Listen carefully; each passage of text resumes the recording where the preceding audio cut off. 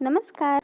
Cook with Sonal या आपल्या YouTube चॅनलमध्ये तुम्हा सर्वांचं पुन्हा एकदा खूप खूप स्वागत आहे. आज आपण गणपती बाप्पासाठी प्रसाद बनवणार आहोत. गणपती बाप्पा आले की आपण रोज वेगवेगळ्या प्रकारचे मोदक बनवतो आणि आपल्या इकडे जास्त प्रमाणात तळणीचे मोदक बनवले जातात. तर हे गव्हाच्या पिठाचे मोदक आज आपण बनवणार आहोत. आपण नेहमी जेव्हा गव्हाच्या पिठाचे मोदक बनवतो तेव्हा ते खूप लूज पडतात आणि बऱ्याच वेळेस त्यातील आपण जे सारण भरतो तर गूळ जो आहे त्यातील तो पूर्ण बाहेर येतो. कधी कधी तो तेलामध्ये सुद्धा सुटतो.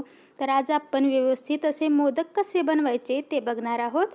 तर मोदक बनवण्यासाठी सर्वात अगोदर कढईमध्ये पाव चमचा तूप टाकायचं आहे. तूप टाकल्यानंतर याच्यामध्ये काजू बदाम आणि मनुके टाकायचे आहेत.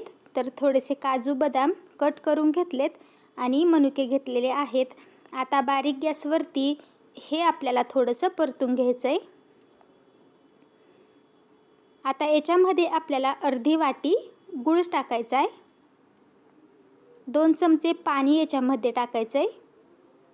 बारीक चिरून घेतलेला अर्धी वाटी हा गूळ आहे. पाणीसुद्धा फक्त 2 चमचेच टाकायचं आहे, जास्त पडायला नको. आता चांगला गूळ आपल्याला वितळून घ्यायचा आहे.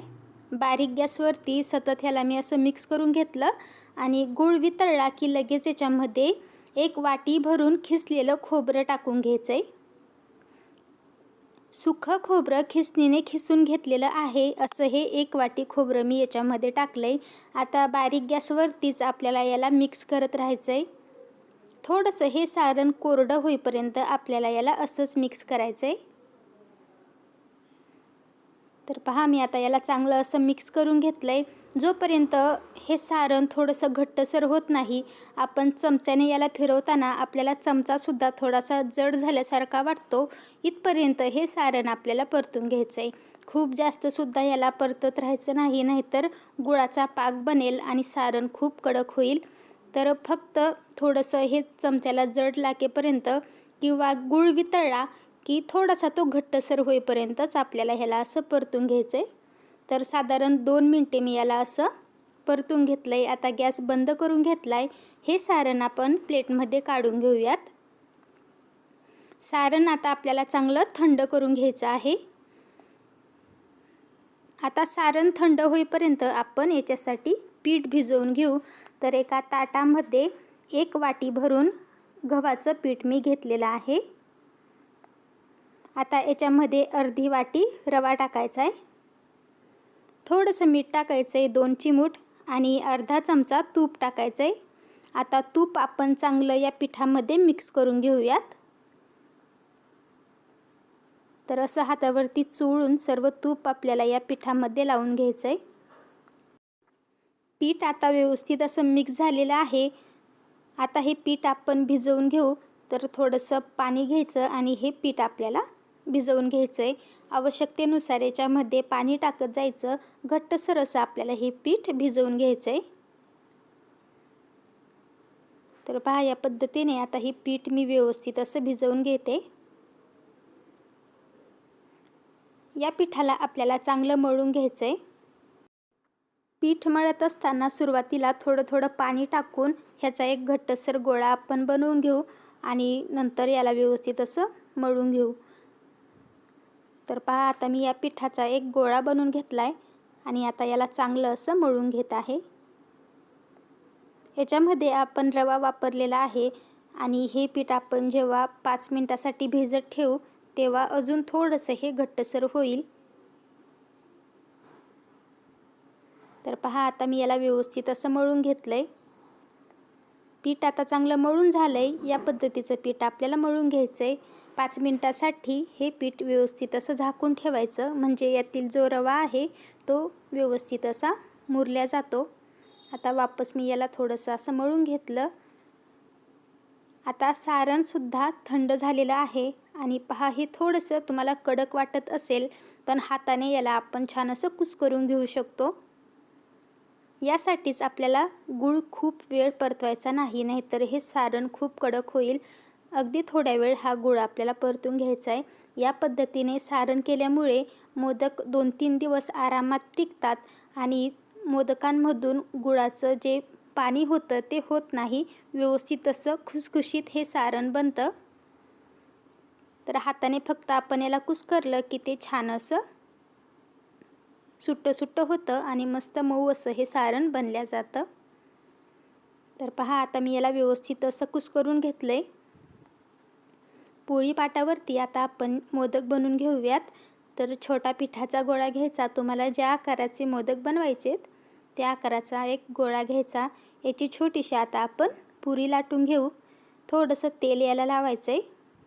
तुम्ही पीठसुद्धा लावू शकता, पण पीठ लावल्यामुळे थोडासा कलर लालसर येतो, तर मी थोडंसं तेल याला लावलेलं आहे. आणि छोटीशी ह्याची आता पोळी बनवून घेतली आहे.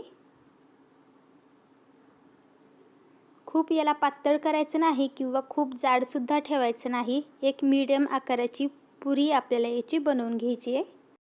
अशाच अजून 2 पुऱ्या लाटून घेतलेल्या आहेत. आता आपण मोदक बनवून घेऊयात.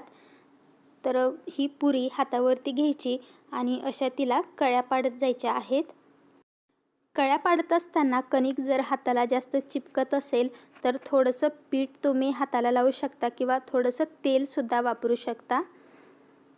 तर आता मी व्यवस्थित अशा याला कळ्या पाडून घेतल्यात. कळ्या पाडल्यानंतर आपण याच्यामध्ये 1 चमचा भरून सारण भरूयात किंवा जेवढं मोदकमध्ये मावेल तेवढं सारण आपल्याला भरायचं आहे. आणि या कळ्या आता एकत्र अशा आपल्याला जोडून घ्यायच्या आहेत.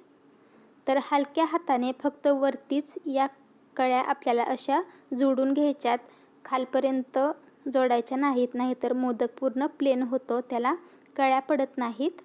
जास्तीचं पीठ असलं तर ते काढून घ्यायचं आणि याला व्यवस्थित असा आकार देऊन घ्यायचा.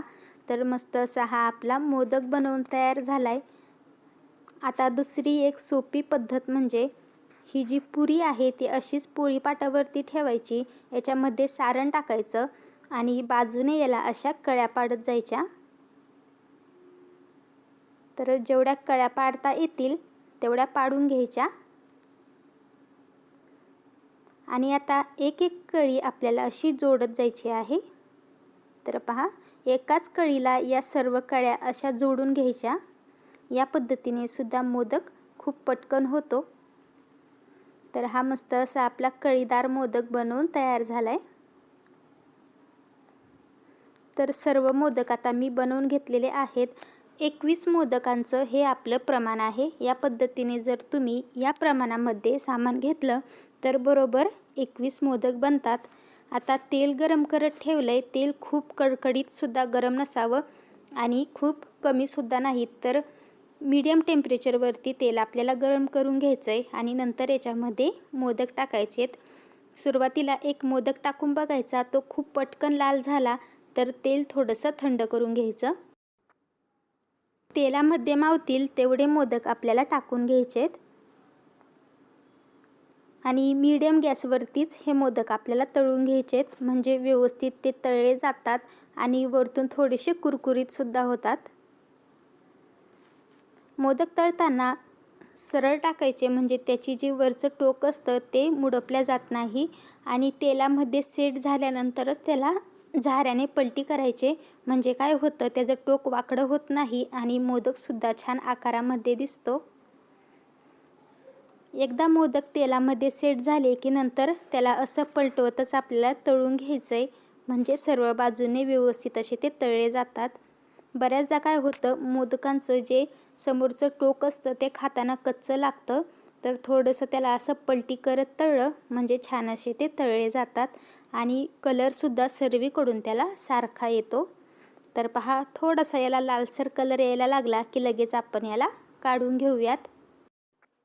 सर्व मोदक याच पद्धतीने आता मी बनवून घेतलेले आहेत आणि मस्त असे हे मोदक बनतात.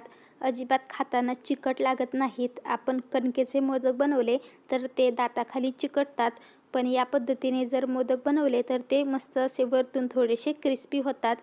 तर छान असे हे मोदक बनवून बघा. व्हिडिओ आवडला असेल तर लाईक करा, शेअर करा. चॅनलवर जर नवीन असाल तर सबस्क्राईब करायला विसरू नका. पुन्हा भेटणार आहोत अशाच साध्या, सोप्या आणि चमचमीत रेसिपींसोबत. तोपर्यंत बाय बाय.